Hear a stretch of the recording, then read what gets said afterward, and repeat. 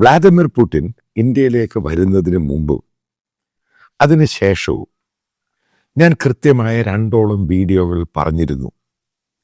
ഇന്ത്യയും റഷ്യയും തമ്മിൽ പുതിയ ആയുധ കരാറുകളിലും പ്രത്യേകിച്ച് സുക്കോയ് 56, 57 അത് ഒപ്പുവെക്കില്ല എന്ന് പറഞ്ഞു.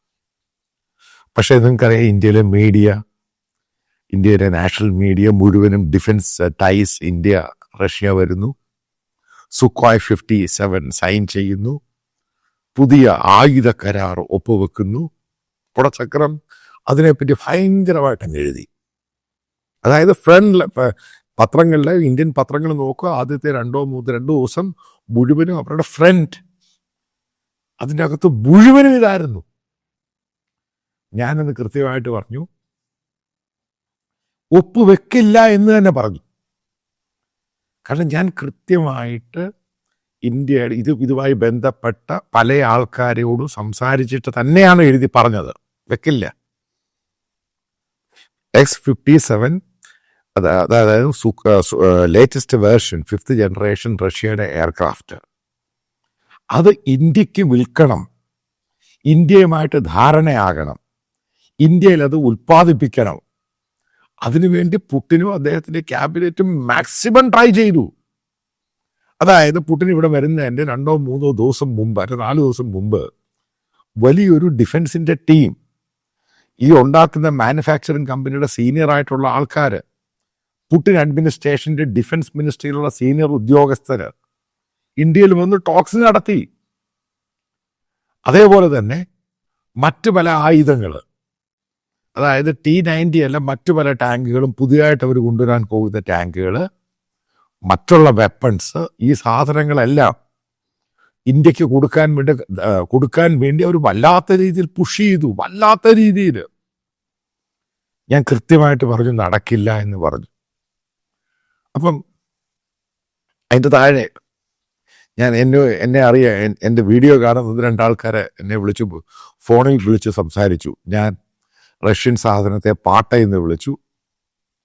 ഞാൻ പറഞ്ഞു പാട്ടയാണെന്ന് തന്നെ പറഞ്ഞു. അത് ഇന്ത്യയുടെ ഒരു സീനിയർ ഒഫീഷ്യൽ തന്നെയാണ് ഈ റഷ്യൻ പാട്ടയായി പോയി എന്ന് പറഞ്ഞത്. അത് പല ആൾക്കാരും പറയുന്നുണ്ട് ഇപ്പോഴും. അതായത് ഡിഫൻസുമായിട്ട്, കാരണം എനിക്ക് അല്പം ബന്ധമുണ്ട്. അതായത് ഓപ്പറേഷൻ സിന്ദൂറിന് ശേഷം ഇന്ത്യയുടെ ഡിഫൻസ് കമ്മിറ്റി, അതായത് ഹൈ പവർ കമ്മിറ്റി, അതേപോലെ എയർഫോഴ്സ്, അവർ വളരെ കൃത്യമായിട്ട് പറഞ്ഞു, എന്തായുധം വാങ്ങുവാണെങ്കിലും ചൈനയുമായിട്ട് കോമ്പറ്റ് ചെയ്യുന്ന ആയുധങ്ങളെ വാങ്ങാൻ പറ്റൂ.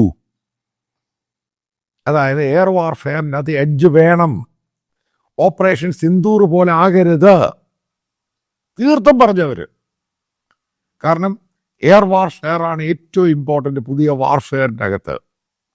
അപ്പം അതിന് ഈ പറയുന്ന വെപ്പൺസും എയർക്രാഫ്റ്റും അതേപോലെ എയർ ടു എയർ വെപ്പൺസും ഒക്കെ വാങ്ങുമ്പോൾ കൃത്യമായിട്ട് കരുതി മാത്രമേ വാങ്ങാൻ പറ്റുള്ളൂ. അതിൻ്റെ ഞാൻ നേരത്തെ പറഞ്ഞ വീഡിയോയിൽ പറഞ്ഞു, അതിനകത്ത് മോദിയുടെ ക്യാബിനറ്റോ പറഞ്ഞാലും യൂസർ എന്ന് പറയുന്ന എയർഫോഴ്സാണ്, അവർ തള്ളിക്കളയും. കാരണം അവരല്ല ഇത് ചെയ്യുന്നത്, അവരല്ല ഇത് ഉപയോഗിക്കുന്നത്. കാരണം അവർക്കിത് കൃത്യമായിട്ട് പിടികിട്ടി. ഓപ്പറേഷൻ സിന്ദൂർ ഒരു പ്രശ്നം തന്നെയായിരുന്നു, അവർ തന്നെയാണ് ഇത് തള്ളിക്കളഞ്ഞ്. അതായത് S-57 ഇന്ത്യ വാങ്ങില്ല. ഞാൻ ഓർത്ത് ഇന്ത്യൻ്റെ ലെറ്റർ ചിലപ്പോൾ റഷ്യ സൂചിപ്പിക്കാൻ വേണ്ടി സൈൻ ചെയ്യും, അതുപോലും ചെയ്തില്ല. ഇപ്പം അറിയാൻ കഴിയുന്നത് F-35 India 2nd സ്റ്റേജിലോട്ടും 3rd സ്റ്റേജിലോട്ടും discussion പോയി അമേരിക്കയായിട്ട് വാങ്ങാൻ. ഇത് ഞാൻ നേരത്തെ പറഞ്ഞപ്പോൾ നിങ്ങൾ എന്നെ കളിയാക്കി. കാരണം നമ്മൾ കോമ്പറ്റ് ചെയ്യുന്നത് ചൈനയുമായിട്ട്. Chinese aircraft or J-10, J-17 എന്നൊക്കെ പറയുന്നത് ഭയങ്കര സുപ്പീരിയറായി മാറി. ഓപ്പറേഷൻ സിന്ദൂറിൽ തെളിയിച്ചത് അവരുടെ എയർ ടു എയർ മിസൈല് ഏകദേശം 300-400 കിലോമീറ്ററാണ് ഫ്ലൈ ചെയ്യുന്നത്. ഇന്ത്യയുടെ കാൽക്കുലേഷൻ 125-128 കിലോമീറ്റർ, ഇന്ത്യക്ക് അത്രയേ ഉള്ളൂ. ഇതാണ് ബേസിക് ഫണ്ടമെന്റൽ എന്ന് പറയുന്നത്. അതേപോലെ ഞാൻ ആ പറഞ്ഞ സ്റ്റാൻഡിൽ ഉറച്ചു നിൽക്കുന്നു. പിന്നീട് ഇപ്പോഴറിയാൻ സാധിച്ചു, ഡേറ്റകളൊക്കെ ഓരോന്നായിട്ട് പുറത്തു വരുന്നു. ഇന്ത്യയിലെ പത്രങ്ങൾ റിപ്പോർട്ട് ചെയ്യുന്നു. റഷ്യയുമായിട്ട് ഡിഫൻസിൻ്റെ ടൈ, അതായത് വർക്ക്ഷോപ്പ് മാത്രമേ ഇവിടെ ഉണ്ടാക്കത്തുള്ളൂ. T-90 ടാങ്കിൻ്റെ സ്പെയർ പാർട്സ് റഷ്യ എന്ന് പറയുന്നത് ഇന്ത്യയിലുണ്ടാക്കും. സുക്കോയ് 30 അതിൻ്റെ സ്പെയർ പാർട്സ് റഷ്യ എന്ന് പറയുന്നത് ഇന്ത്യയിലുണ്ടാക്കും. അത് ഇന്ത്യയിലുണ്ടാക്കിയിട്ട് അങ്ങോട്ട് വേണമെങ്കിൽ അയച്ചു കൊടുക്കുക അവർക്ക് ആവശ്യമുണ്ടെങ്കിൽ. അതാണ് മെയിനായിട്ട് സൈൻ ചെയ്തത്. ഡിഫൻസിൽ ഒരു എക്യുപ്മെൻസും റഷ്യയുടെ വാങ്ങാൻ ഇന്ത്യ തയ്യാറായിട്ടില്ല. ഭയന്നിരിക്കുവാണ് ബേസിക്കലി. ഒന്നാമത് ഓപ്പറേഷൻ സിന്ദൂർ, രണ്ടാമത് ഏകദേശം പുതിയ കണക്കുകൾ വരുന്ന 42% ഉള്ളൂ ഇപ്പോൾ റഷ്യൻ ഹാർഡ്വെയർ. ഞാൻ നേരത്തെ ഉദ്ദേശിച്ച ഒരു 59-56 ആയിരുന്നു, അതുമില്ല.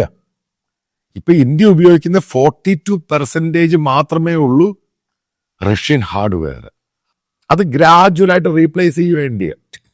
കാരണം എന്താ, ഇന്ത്യ നാറ്റോയുടെയും ഇസ്രായേലിൻ്റെയും അമേരിക്കയുടെ എക്യുപ്മെന്റ്സ് വാങ്ങാനാണ് തീരുമാനിച്ചിരിക്കുന്നത്.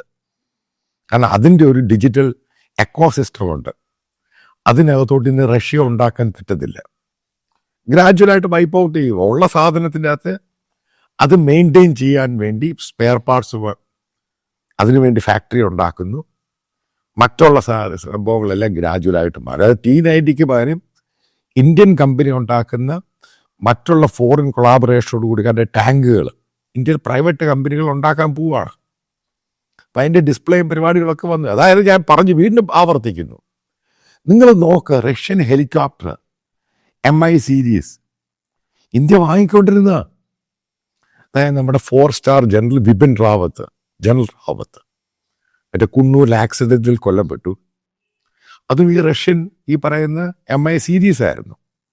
നോക്കുക, നമ്മൾ മുഴുവൻ അമേരിക്കയിലോട്ട് പോയി.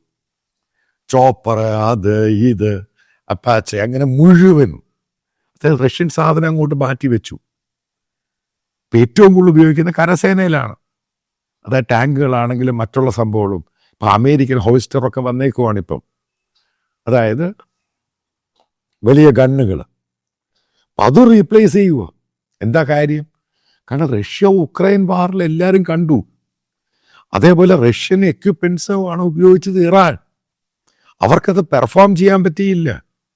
ഇന്ത്യ 5 എണ്ണമാണ് എയർ ഡിഫൻസ് സിസ്റ്റം കൊടുത്തിരുന്നത്, S-400. അതിൽ 3 എണ്ണം കിട്ടി, ഇനി 2 എണ്ണം കിട്ടാനുണ്ട്. അത് ഇന്ത്യ വാങ്ങിച്ചെടുക്കും. അതിൻ്റെ റിപ്പയർ റഷ്യ തയ്യാറാക്കി കൊടുക്കണം. ഫർദർ റഷ്യ S-500 നമുക്ക് ഓഫർ ചെയ്തു, ഇന്ത്യയിൽ ഉണ്ടാക്കാം. അതും ഇന്ത്യ തള്ളിക്കളഞ്ഞു. കാരണം ഇനി ഏതെങ്കിലും സാധനങ്ങൾ റഷ്യയുടെ നിന്ന് വാങ്ങിയാൽ ഈ അമേരിക്കയും ഇസ്രായേലും ഈ നാറ്റോ രാജ്യങ്ങളും, അതിൻ്റെ കാര്യം ഞാൻ പറഞ്ഞു തരാം. ഇതിനകത്ത് നിങ്ങൾ ഉദ്ദേശിക്കുന്ന ഇസ്രായേലി സാധനങ്ങൾ മുഴുവൻ അമേരിക്കയുടെ ജോയിന്റ് വെഞ്ചറിൽ ഉണ്ടാക്കുന്നതാണ്. അതാണ് അതിൻ്റെ പ്രധാനപ്പെട്ട ഘടകം. ഇസ്രായേൽ എന്തെങ്കിലും സാധനങ്ങൾ ഇന്ത്യക്ക് വിൽക്കണമെന്നുണ്ടെങ്കിൽ അമേരിക്കയുടെ പെർമിഷൻ വേണം. അതേപോലെ നിങ്ങൾ കണ്ടു കാണും, പെട്ടെന്ന് നമുക്ക് തരാൻ 2025 സൈൻ ചെയ്ത് 2028 നമ്മുടെ INS വിക്രാന്തിന് 4ഓളം റഫേൽ, അതായത് മോഡിഫൈ ചെയ്ത റഫേൽ എയർക്രാഫ്റ്റ് കരിയറിന് കൊടുക്കാൻ ഫ്രാൻസ് സമ്മതിച്ച. ഈ റഷ്യൻ പ്രസിഡന്റ് വരുന്നതിൻ്റെ പേരിൽ അവരും നോക്കിയിരിക്കും ഇന്ത്യ എന്തുവാണ് സൈൻ ചെയ്യാൻ പോകുന്ന റഷ്യയായിട്ട്.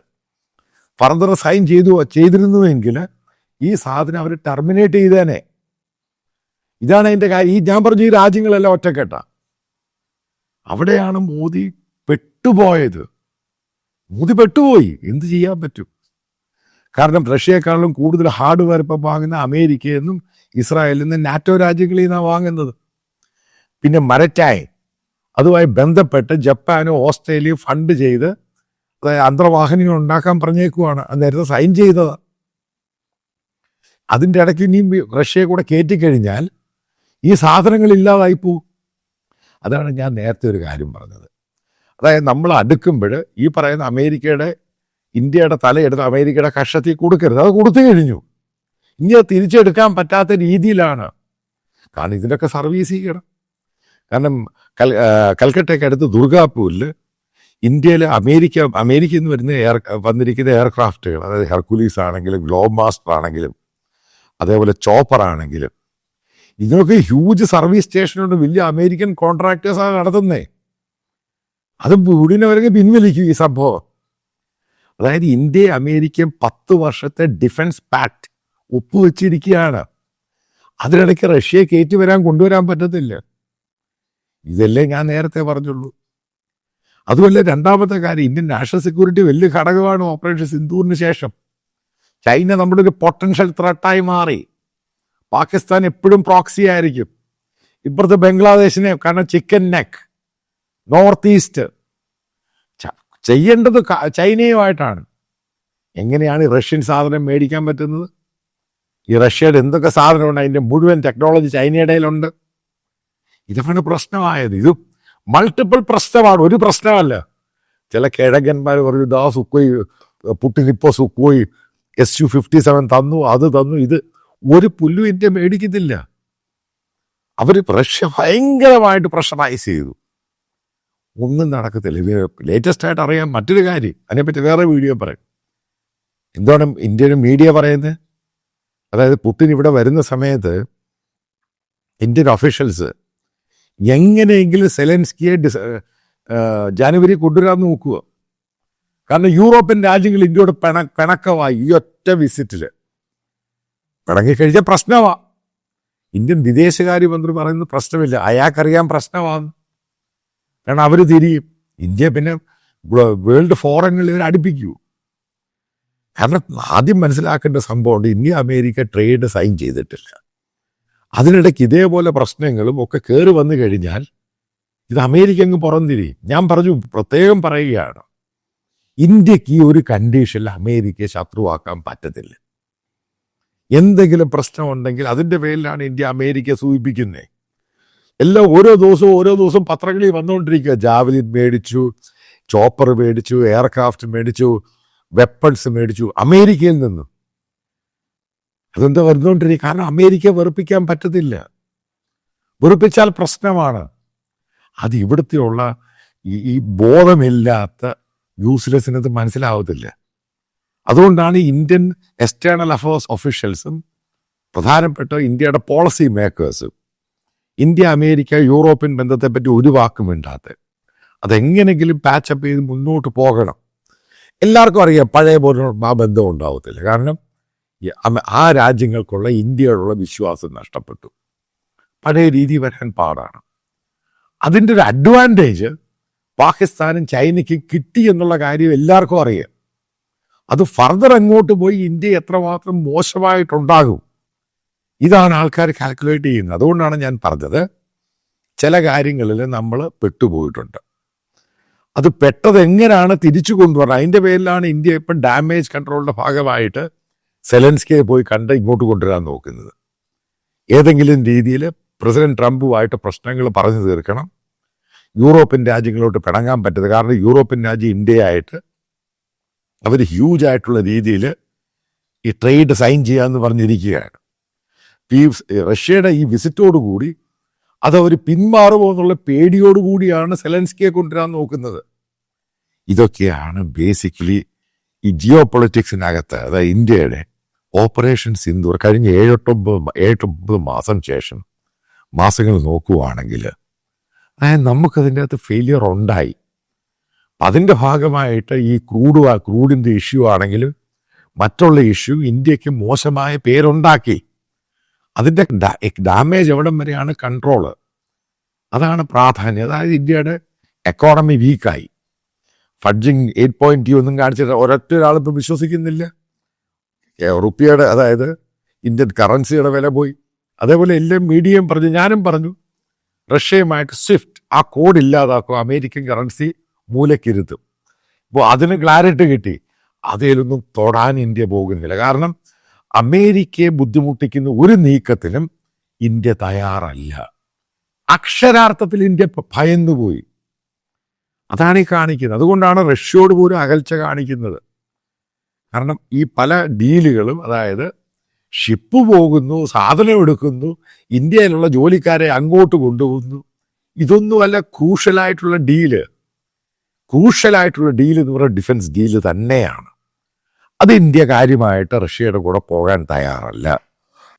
ഒന്ന്, ഇന്ത്യൻ ഡിഫൻസിൻ്റെ ഒഫീഷ്യൽസിൻ്റെ ശക്തമായ എതിർപ്പ്.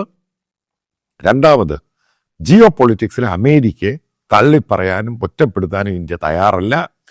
അത് ഇന്ത്യക്ക് അറിയാം, ഇന്ത്യ ഗവൺമെൻറ് മോദിക്കും അറിയാം. അതിലുണ്ടാകുന്ന ബാക്ക്ലാഷും സെറ്റ് ബാക്ക് എന്ന് പറയുന്നത് ആൻറ്റിസിപ്പേറ്റ് ചെയ്യുന്നതിലും മുകളിലായിരിക്കും. ഇതാണ് എൻ്റെ കാര്യം. അതായത് ഇന്ത്യ ഇൻ ഫ്യൂച്ചർ ഫർദർ എൻ്റെ ആ പഴയ പല വീഡിയോകളും നിങ്ങൾ റെഫർ ചെയ്താൽ മനസ്സിലാക്കാം.